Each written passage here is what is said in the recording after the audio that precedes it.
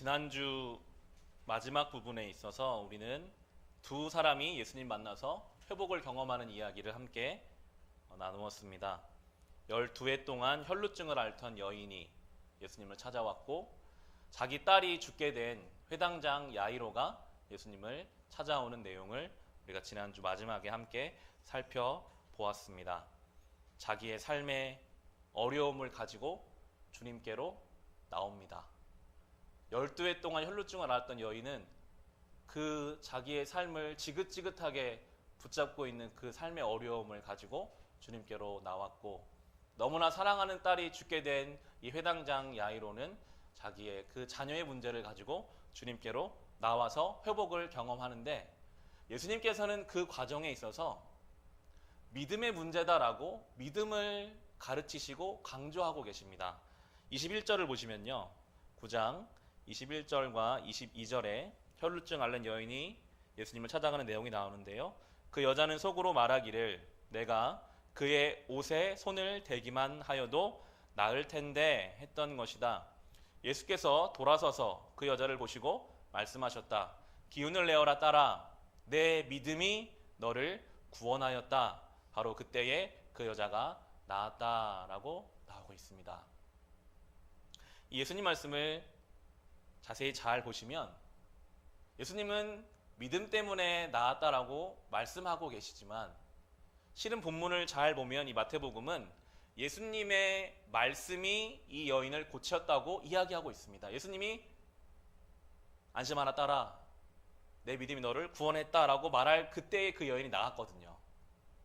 이 여인은 이미 믿음을 가지고 있었습니다. 예수님을 내가 만나기만 해도, 만지기만 해도 내가 나을 텐데, 그 믿음이, 한 연약한 여인의 믿음이 이 삶을 바꾼 게 아니라 예수님의 전능하신 말씀이 선포되는 순간 그 여인이 나았음에도 예수님께서는 믿음을 칭찬하고 계세요. 너의 그 믿음이 너를 낫게 했다. 주님이 고쳐주셨으면서도 믿음을 칭찬하고 계십니다. 우리가 하나님과의 관계 속에서 우리가 하는 것이 정말 아무것도 없잖아요. 그냥 믿는 거 하나예요. 하나님이 다 하시고요, 우리에게 그 한 가지만 요구하시는 것 같아요. 이런 나를 믿고 맡기고 의지해라. 그러면 그 믿음으로 통로 삼아서 하나님의 능력이 우리의 삶에 임하게 된다라고, 그렇게 믿음에 대해서 우리에게 설명해 주고 계십니다. 이 여인의 믿음, 내가 예수님의 옷자락만 만져도 내 삶의 문제가 나을 텐데, 이 믿음을 주님이 기뻐하셨습니다. 어쩌면 우리가 주님 전에 나와서 기도하는 것이 주의 옷자락을 만지는 행위와 같을지도 모르겠습니다. 내가 나의 삶이 이렇게 무너져 있지만 내가 주님의 옷자락이라도 만질 수 있다면 주님이 나를 고쳐주실 텐데, 그 믿음으로 주님께 나올 때에 하나님의 능력이 우리의 삶에 임하는 그 장면을 이 혈루증 여인을 통해서 우리는 지난주에 함께 살펴보았습니다. 그리고 나서 죽은 소녀를 주님이 일으켜 세우시는 장면도 마태는 기록하고 있습니다. 이 복음서에서 많은 인생들이 서로 다른 문제를 가지고 주님께 나와요. 자기 건강을 가지고 나온 사람이 있고, 자녀의 문제를 가지고 나오는 경우도 있고, 수많은 형태의 문제를 가지고 예수님께 나오면 결과적으로 예수님이 어떠한 문제이든 상관없이 다 회복시키십니다. 고치세요. 큰 어려움을 겪지 않으시고 예수님 말씀만 하시면 낫고, 만지면 낫고, 예수님의 능력이 막 나타나요. 마태는 예수께서 메시아이시라는 것을 치유와 기적을 통해서 계속해서 우리에게 보여주고 있습니다. 메시아가 아니고는, 우리의 구원자가 아니고는 이 일을 할 수가 없거든요. 그래서 이 9장부터 10장에 나오는 8, 9, 10장에 나오는 이 기적의 이야기들은 예수님의 메시아이심을 또한 우리에게 보여주고 있습니다. 오늘 본문도 마찬가지로 이어져 가는데요, 오늘 본문에 눈먼 두 맹인이 예수님을 만나는 장면이 나옵니다. 우리 9장 27절 한번 보실까요? 9장 27절을 우리 같이 한번 읽어보겠습니다. 예수께서 거기에서 떠나가시는데 눈먼 사람 둘이 다윗의 자손이여 우리를 불쌍히 여겨 주십시오 하고 외치면서 예수를 뒤따라왔다 라고 나옵니다. 예수님을 지금 다윗의 자손이여 라고 부르고 있습니다. 이 다윗의 자손이라는 말도 메시아를 그 당시에 부르는 말이었습니다. 이 당시 이스라엘은 로마의 식민지, 완전히 나라가 망했고요. 영적으로도 무너져 있는 상황입니다. 모든 이스라엘 사람들이 메시아를 기다리고 있었어요. 많은 예언자들이 말했던 그 메시아, 우리를 구원하실 메시아가 언제 오실 것인가? 다윗의 자손 중에 메시아가 오신다고 했는데, 그래서 지금 그렇게 부르고 있는 겁니다. 예수님을 내 인생에 나를 구원할 구원자로, 다윗의 자손이여 라고 부르고 있습니다. 이 두 맹인이 예수님을 만나는 이 장면, 상상을 한번 해보시면 어떤 만남이었을까요? 편안하고 큰 문제 없는 만남이었을까요? 눈이 보이지 않는다는 것은 굉장한 불편함을 뜻합니다. 이 두 맹인이 예수님이 어디에 계시는지 몰라요. 그냥 소리로 혹은 옆에 사람에게 물어서 찾아가야 됩니다. 예수님은 늘 사람들 사이에 둘러싸여 계시잖아요. 이 두 사람이 예수님을 만나기 위해서 지금 소리를 지릅니다. 다윗의 자손이여, 나를 구해 주십시오. 나를 불쌍히 여겨 주십시오. 그리고 이 두 사람이 예수님 만나러 가기 위해서 어떻게 갔을까요? 저는 많이 넘어졌을 것 같아요. 예수님 혹시 멀리 가실까봐 다급한 마음에 뛰어가다가 넘어져서 무릎도 까지고 얼굴도 긁히고, 하지만 그런 거 중요하지 않습니다. 어떻게든 내가 저 예수님 만나서 나의 답답한 인생을 해결하고 싶다. 그런 마음으로 지금 예수님 만나러 가는데, 본문을 보시면 28절에 보시면 예수님이 대꾸를 안 하시고 집 안으로 들어가셨어요. 28절에 예수께서 집 안으로 들어가셨는데 라고 나옵니다. 왜 그러신지는 모르겠으나 예수님은 그들의 목소리를 들으셨는지 안 들으셨는지 어떤 마음인지 아셨겠죠. 하지만 집 안으로 들어가셨고 그들도 집 안을 따라 들어갔습니다. 그리고 예수님과 만나서 대화하는 장면이 나오게 됩니다. 이 두 사람이 예수님을 찾아가지 않을 이유들은 너무나도 많았을 겁니다. 내가 눈도 안 보이는데 무슨 내가 예수님을 찾아가냐, 포기하는 사람도 많았을 거예요. 막상 갔어도 사람이 너무 많으니까요, 나 같은 사람 만나줄까? 에이, 포기해야지. 나름대로 용기를 내서 막 부르짖었는데 예수님이 집 안으로 들어가 버리셨을 때, 아, 여기까지인가 보다, 포기할 수 있었을 겁니다. 그런데 이 두 사람은요, 끝까지 들어갑니다. 예수님 만나러 들어가요. 거기서 주님의 말씀이 그들에게 허락되고 완전히 인생이 달라지게 되는데요. 우리가 그렇습니다. 우리가 주님께 나오지 않을 이유가요, 너무 많아요. 많은 조건과 이유들이 있습니다. 우리는 바쁘거든요. 피곤하거든요. 나의 삶이, 내가 할 일이 많거든요. 세상에 즐거운 것이 많고요. 내가 예수를 알고 믿지만 내가 어느 부분은 제한해요. 아, 이 부분은, 이거는 기도할 부분도 아니고, 이건 예수님께 맡길 부분도 아니고, 이건 다른 부분이야. 수없는 조건과 이유들로 나아가지 않을 것들을 만들고 있습니다. 그런데 오늘 성경은 이 두 사람을 우리에게 보여줍니다. 봐라, 이러한 믿음들이 있었다. 포기하지 않고 주님을 부르짖고 집안까지 따라 들어갔을 때, 그때 예수님이 말씀하시죠. 오늘 본문에 28절을 보시면 예수께서 집 안으로 들어가셨는데 그 눈먼 사람들이 그에게 나왔다. 예수께서 그들에게 말씀하셨다. 너희는 내가 이 일을 할 수 있다고 믿느냐? 그들이 예, 주님 하고 대답하였다 하고 나옵니다. 주님 말씀하시죠. 너희는 내가 너희를 고쳐줄 수 있다고 믿냐? 네, 주님, 저희가 믿습니다. 예수님이 그때 손을 대십니다. 29절에 예수께서 그들의 눈에 손을 대시고 말씀하셨다. 너희 믿음대로 되어라. 그 아픈 환부에 주님이 손을 대시자, 성경의 표현이요, 30절을 보시면 그러자 그들의 눈이 열렸다라고 나와요. 그때까지 예수님을 찾고 예수님의 말씀이 선포되기 전까지는 닫혀 있었던 부분이 예수님이 손을 대시니까, 예수님이 말씀하시니까 열리게 됩니다. 그리고 그들의 인생은 완전히 달라졌겠죠.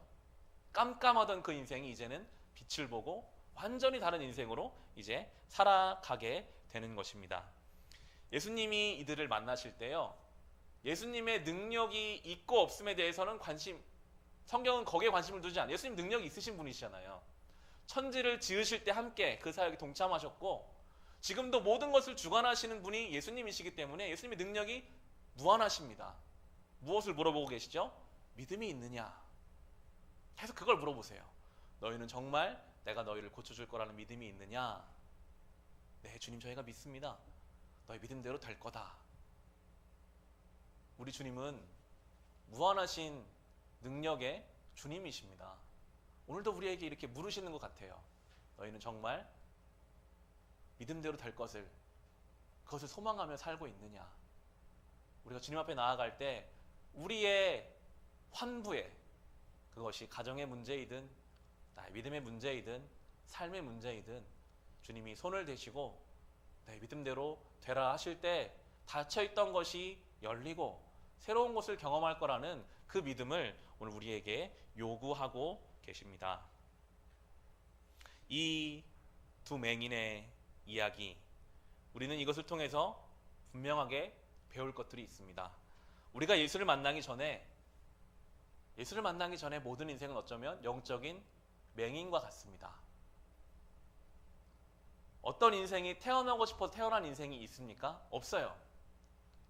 어느 순간 어느 나이대가 되면서부터 자아가 생기죠. 아, 내가 이 땅을 살아가야 되는구나. 그때부터 외부로부터 목소리가 들려옵니다. 보통은 부모가 요구하죠. 이렇게 해야 된다. 학교도 가야 되고 이것도 해야 된다. 사회에 나아가면 주변을 돌아보면 이제 사람들이 있거든요. 언제부턴가 뒤처지지 않기 위해 살기 시작합니다. 다 남들이 사는 만큼 내가 살아야지 될 것 같은 사회의 요구를 받아서 우리는 그렇게 살아가요. 부모의 요구를 충족시키기 위해 살기도 하고요. 다른 사람들보다 뒤처지지 않기 위해 살기도 하고요. 그렇게 왜 내가 이 땅에 태어났는지, 어디로 가야 하는지, 무엇을 위해 살아야 되는지 여기에 관심을 알지도 못하고 느끼지도 못하고 그냥 흐름대로 살아가는 대로 다른 사람들 맞춰서 뒤처지면 안 되니까 그렇게 살아가는 영적인 맹인과 같은 것이 예수를 만나기 전에 모든 인생들의 모습일 수 있습니다. 그러다 어느 순간 깨닫거든요. 공허하거든요. 내가 지금 어디로 가고 있는 것인가 몰라요. 다 그렇습니다. 그런데 그것을 무시하고 사는 거죠. 분명히 알지 못하는, 채워지지 않는 어느 영역이 있는데, 예수를 만나지 않고서는 해결되지 않는 그 부분이 있는데 그것을 그냥 무시하면서 살아요. 다른 것으로 채우며 살려고 합니다. 그래서 우리는 오늘 이 두 맹인처럼 주님께 물어야 합니다. 주님, 나를 불쌍히 여겨주십시오. 왜 내가 이 땅에 왔는지도 모릅니다. 어디로 가야 하는지도 모릅니다. 주님, 영적인 눈을 띄워 주옵시고 이제 정말 주님 원하시는 삶을 살아가게 해달라고 이렇게 주님 앞에 매달려 가야 할 것입니다. 우리는 다 죽음이라는 결론으로 가게 되어 있거든요. 요 몇 년 동안 저희 집과 처갓집 해서 가족의 죽음을 인해서 장례식장에 몇 번 간 적이 있었습니다. 한번 장례식장에 가면 보통 3일 동안 지키잖아요. 얼마 전까지 함께 식사하고 대화했던 살아가는 가족이 죽어서 그 염을 하고 입관을 하고 화장을 하고 매장을 하는 그 과정을 이렇게 살펴보다 보면 많은 생각을 하게 되죠. 과연 무엇을 위해서 살아가는 것인가? 다 죽어서 저렇게 한 줌의 재가 될 텐데 왜 그렇게 욕심을 부리면서 염려하면서 근심하면서 사는가? 어떻게 살아가야 하는가 생각할 수밖에 없어요. 그럴 때 성경은 이미 우리에게 분명하게 매우 구체적이고 매우 간결하게 이미 우리가 살아갈 길을 제시해 주었습니다. 하나님을 사랑하는 삶을 살아라. 하나님의 사랑 안에 살아라. 그리고 그 사랑으로 서로 사랑하면서 살아라. 하나님 여기까지 인도하셨으니 감사하면서 살아라. 하나님을 찬송하면서 하나님의 영광을 위해 살라 라고 이미 우리에게 매우 구체적으로 그리고 아주 간결하게 말씀해 주셨습니다.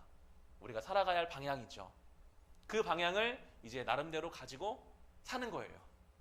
우리의 신앙의 수준에 맞춰서 지금 내가 할 수 있는 만큼 하나님을 사랑하고 서로 사랑하고 감사하면서 하나님께 영광을 돌리면서 우리가 가야 할 길이 그 길인 줄을 믿고 영적인 눈을 떠서 우리가 그 길을 걸어가기를 성경은 우리에게 요구하고 계십니다.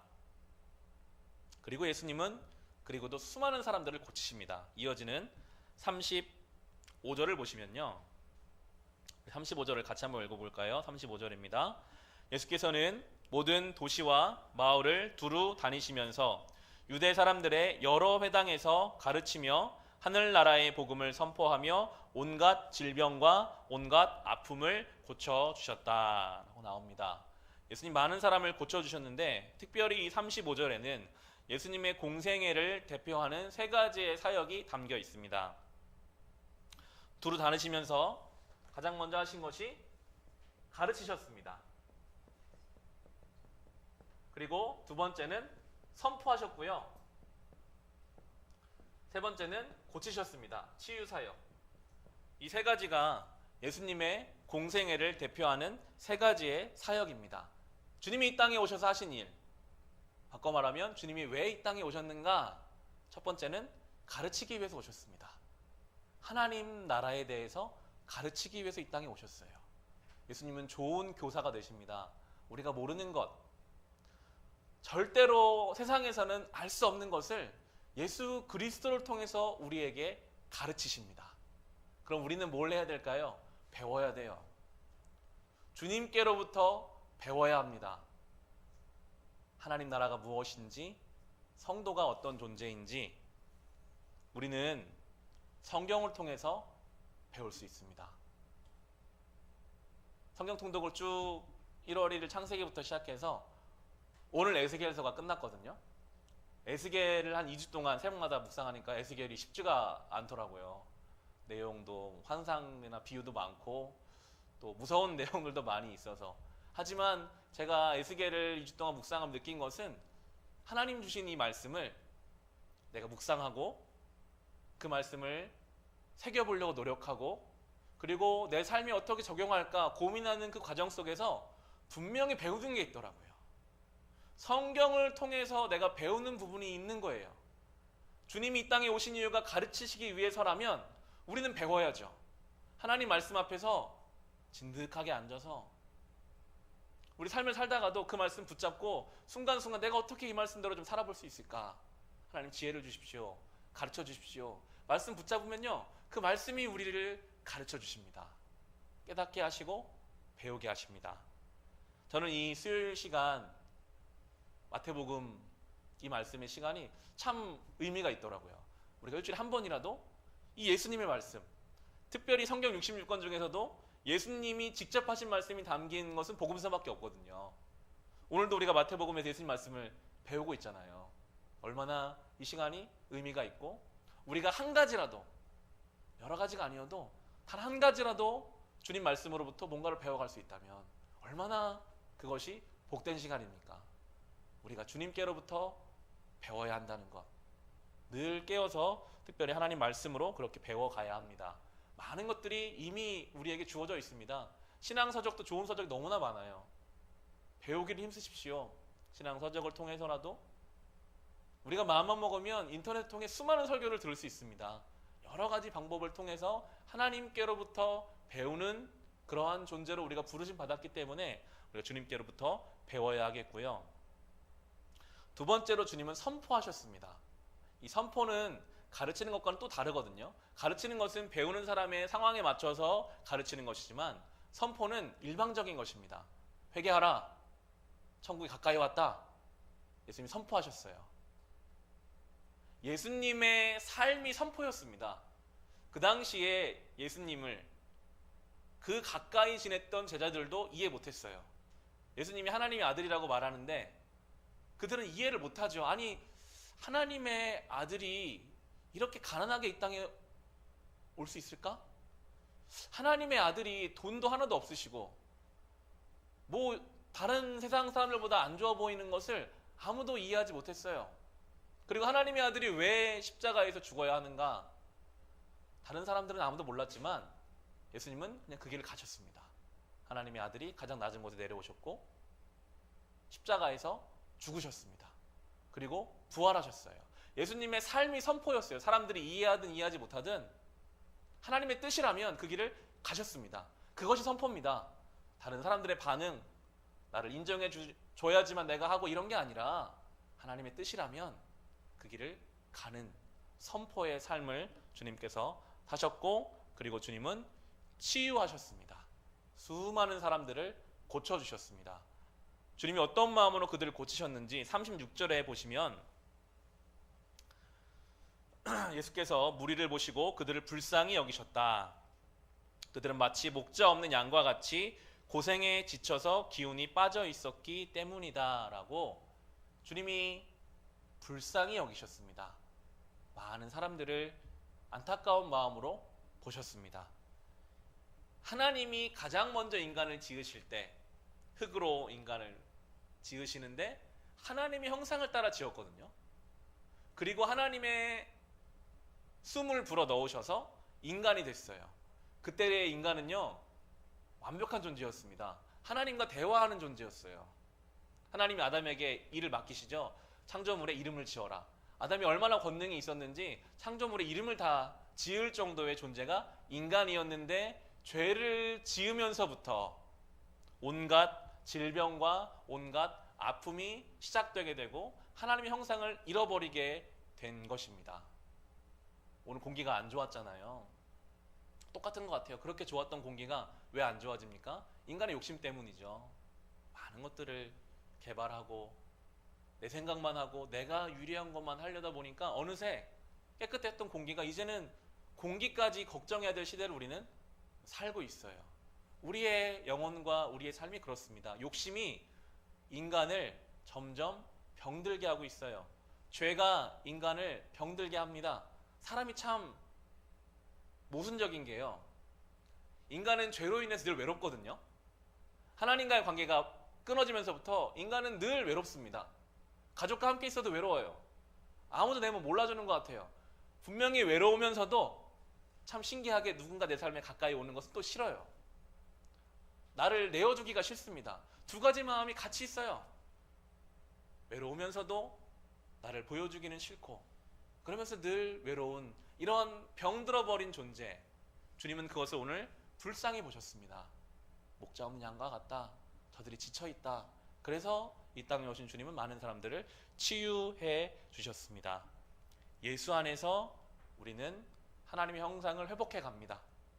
예수 안에서 우리는 건강하지 못한 것들을 다시 건강하게 잡아갈 수 있습니다. 주님이 그것을 위해서 이 땅에 오셨기 때문입니다. 이렇게 예수께서는 가르치셨고 선포하셨고 치유하셨습니다. 그리고 나서 중요한 주님의 사역이 한 가지 더 있다면 제자들을 세워서 파송하는 사역입니다. 37절과 38절을 보시면, 그래서 제자들에게 말씀하셨다. 추수할 것은 많은데 일꾼이 적다. 그러므로 너희는 추수하는 주인에게 일꾼들을 그의 추수밭으로 보내시라고 청하여라 라고 나옵니다. 이제 이 하나님의 역사를 이루어 가야 하는데 일할 사람이 적으니 주님께 사람들을 세워서 보내시기 시작합니다. 10장 1절로 이어지는데요, 예수께서 12제자를 부르셔서 더러운 귀신을 제어하는 권능을 주시고 그들이 더러운 귀신을 쫓아내고 온갖 질병과 온갖 허약함을 고치게 하셨다라고 나옵니다.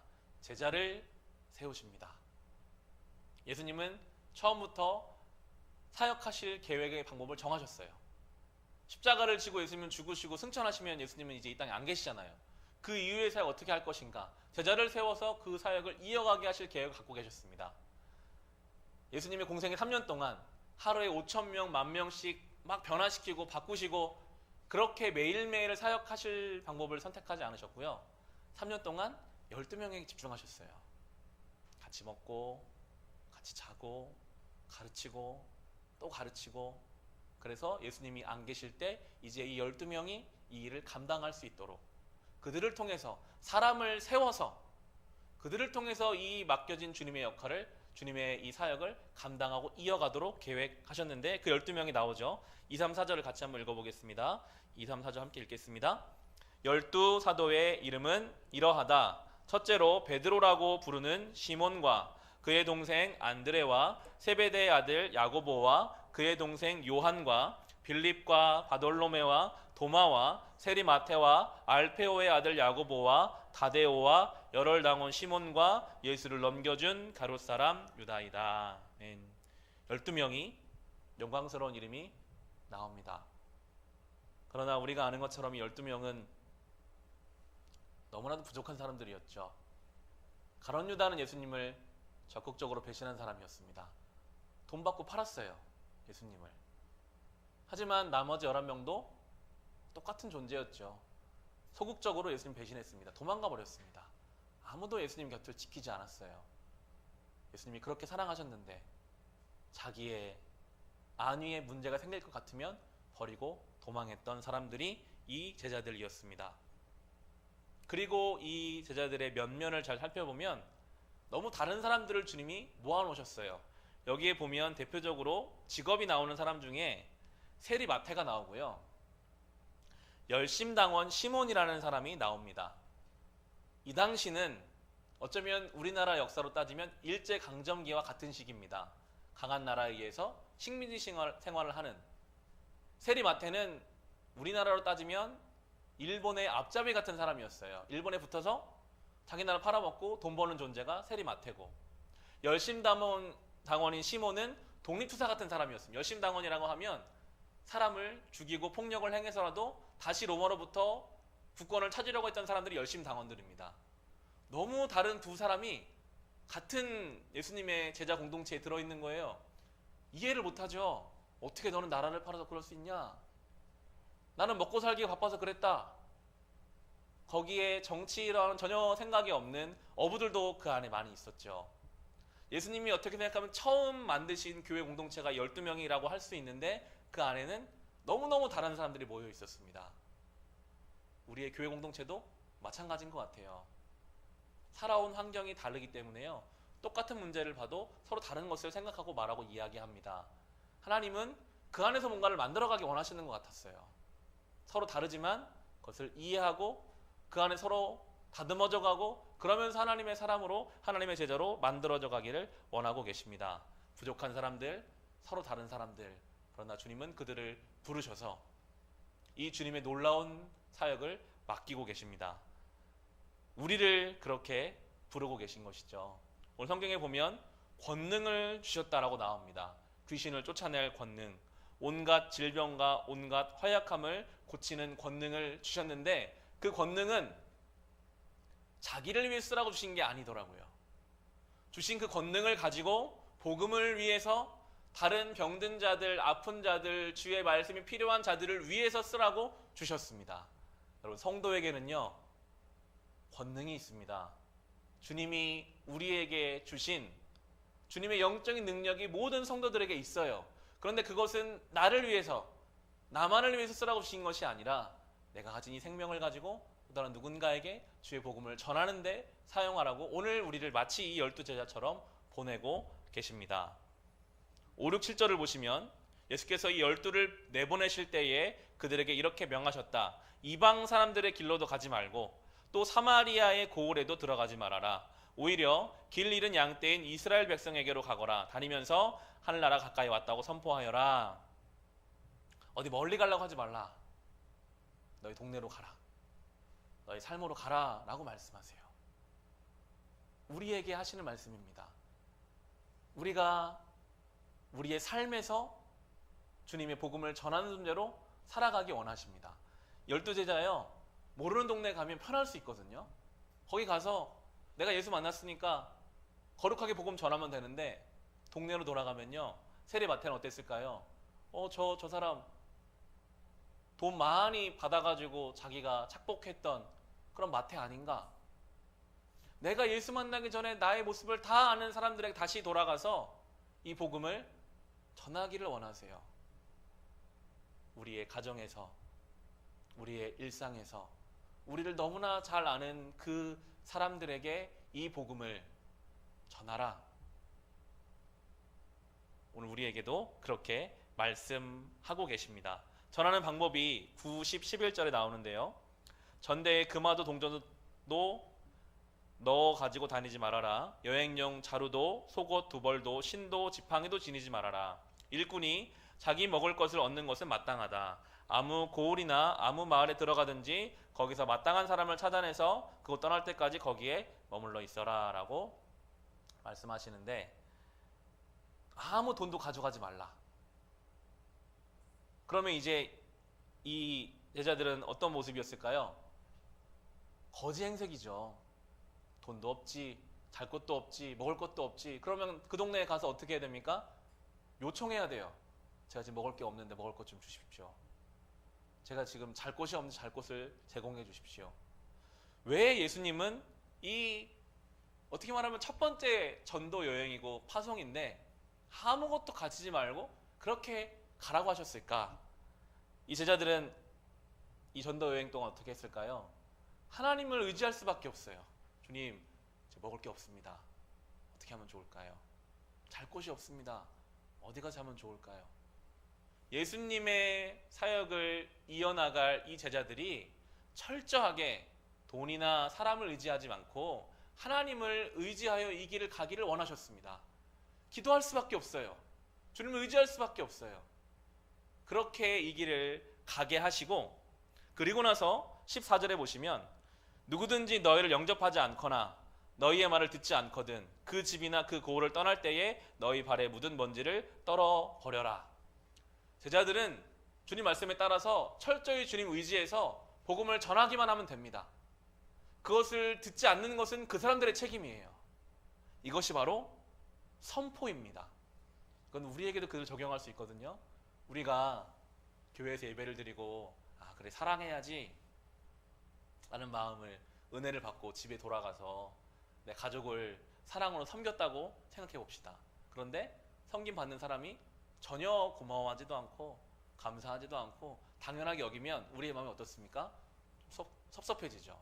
내가 이렇게까지 했는데 알아주지를 않네.